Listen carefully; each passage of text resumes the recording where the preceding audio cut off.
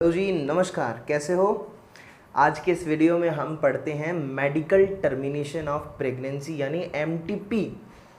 Medical termination of pregnancy यानी medically जब pregnancy को टर्मिनेट कराया जाए यानी ख़त्म कराया जाए, यानी इसको मेडिकल टर्मिनेशन ऑफ प्रेगनेंसी को पता है लोग इंड्यूस्ड एबॉर्शन भी बोलते हैं। एबॉर्शन तो बड़ा नाम सुना होगा, तो इसको लोग इंड्यूस्ड एबॉर्शन भी बोलते हैं।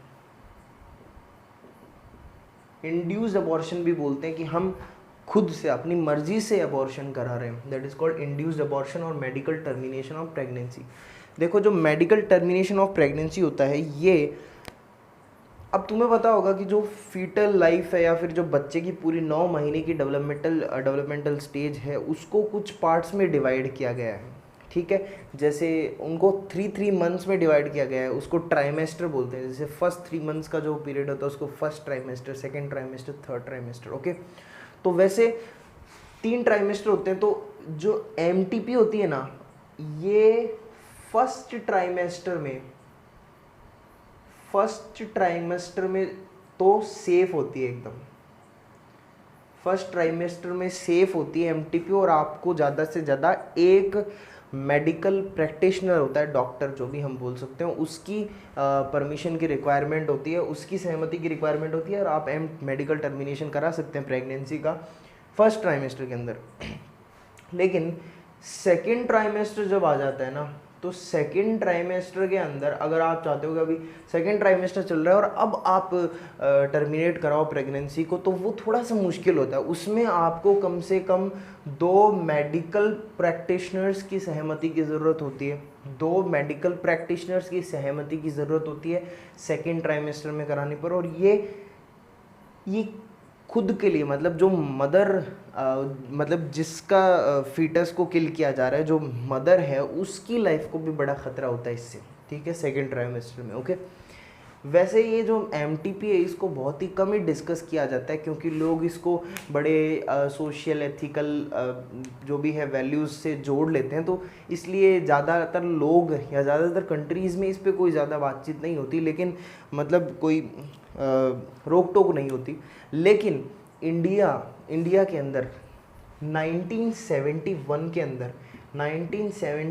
अंदर याद रखना, ये जो एमटीपी है इसको लीगलाइज कर दिया था 1971 के अंदर। इंडिया में ये एमटीपी है, इसको लीगलाइज कर दिया था कि ये एक लीगल काम है। अगर आप ऐसा कुछ करा रहे हो तो आपको लीगल परमिट की ज़रूरत है, आपको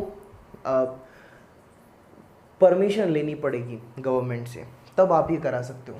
और गवर्नमेंट ने कुछ ऐसे लॉज बनाए कि कब मेडिकल टर्मिनेशन करा सकते हैं प्रेगनेंसी का। उन्होंने बोला एक तो तब करा सकते हैं जब मान लो कि अगर जो ग्रोइंग फीटस है या जो बेबी बन रहा है, अगर मान लो कि उसकी फर्दर ग्रोथ हुई तो वो मदर और फीटस या किसी की जान को खतरा होगा। जैसे मान लो कि अगर कोई बच्चा है, तो अगर कोई बच्चा ग्रो कर रहा है और उसको कोई सीवियर डिसऑर्डर है, तो उस डिसऑर्डर की वजह से अगर वो पैदा भी हो जाएगा तो भी उसकी लाइफ बड़ी ख़राब रहेगी। तो तो ये कॉज हो गया कि हम इसलिए टर्मिनेट करा सकते हैं प्रेगनेंसी को।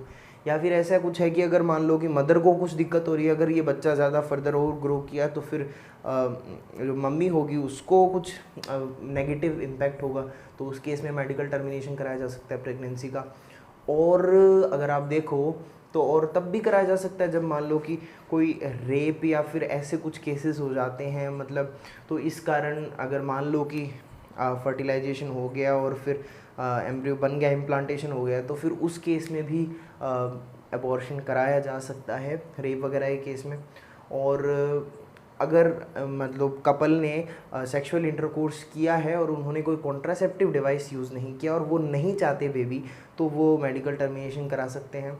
और केस आपको क्या बताएं, तो ये सारे केसेस हैं जिसमें अबॉर्शन कराना लीगली सही है। और बाकी हाँ, एक कॉज और है कि अगर मान लो कि पेरेंट्स हैं, एक कपल है, उनके पहले से ही 2 बच्चे हैं, मतलब अगर जो बच्चा अभी है स्टेज में है वो तीसरा या चौथा हुआ, तो फिर आपको गवर्नमेंट परमिट कर सकती है कि भाई आप इसको अबॉर्ट करा दो। सो ये केसेस हैं।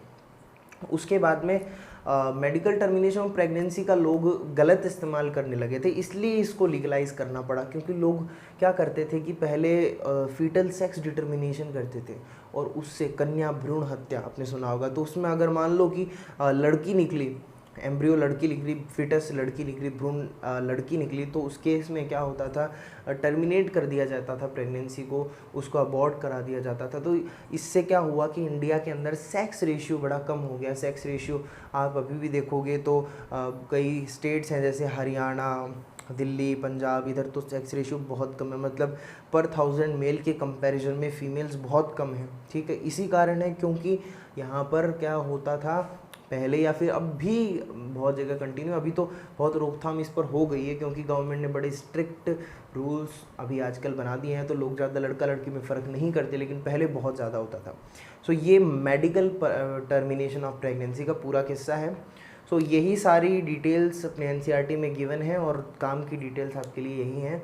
सो इस वीडियो में हमने एमटीपी पढ़ा। चलो अगले वीडियो में हम पढ़ेंगे इनफर्टिलिटी के बारे में। तो till then take care, bye bye, okay.